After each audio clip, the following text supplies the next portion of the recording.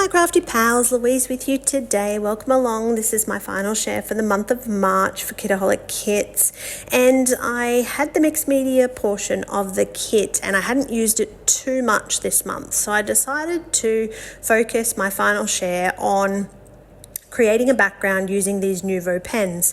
Now, if you've never done the reverse stencil technique, I would totally encourage you to do it because it is fun.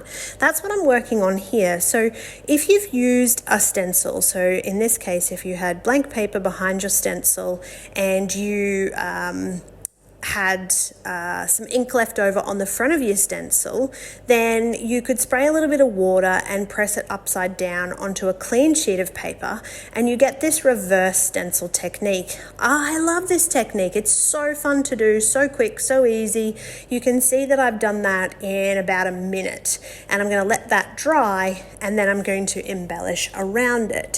So the trick to the reverse stencil technique is picking a stencil that when you flip it to the reverse side, so when you, like I did, rub the ink on it, you want it to have quite a significant amount of stencil, the plastic that the stencil's made out of, that has to be wide enough that when you flip it, you get good amount of color onto your page. Now, another fun way to do this, and I did consider this, I may still do it, would be to actually then pick a secondary stencil and use a different color and then again reverse stencil over the top of it. So many fun ways you can actually use stencils and add color to your layouts that will get you different results every single time you do them. So I really had fun with that reverse stencil. I love how this background looks. I love the navy color. I love the shape of that particular stencil with the diamonds.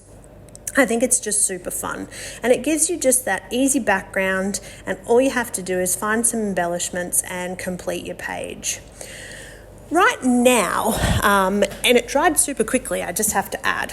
So as I've been waffling on about the reverse stencil technique, I'm simply building a cluster. So I'm just adding some paper and some embellishments around my photo.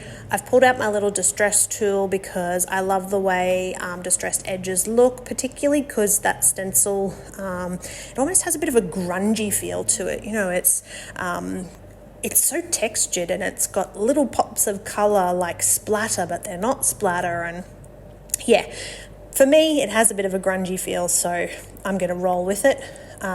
Even though I wouldn't call a doily very grunge, but I love the way a doily looks in the background. So come on, if you're still here, stick with me. Adding some of these little embellishments, again, we're just giving that pop of color. You can see straight away this is obviously a birthday photo. This was Master Zaleb. He got to have cake at school with his friends a couple of years ago.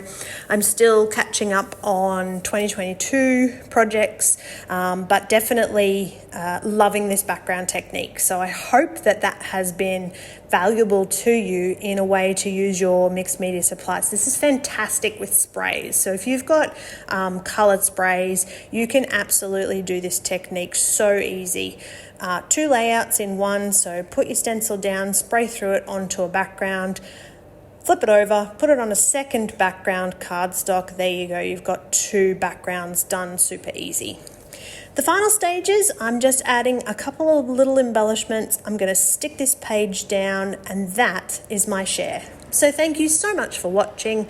I hope that you enjoyed, and if you haven't subscribed already, please make sure you hit that little button. All right, happy scrapping!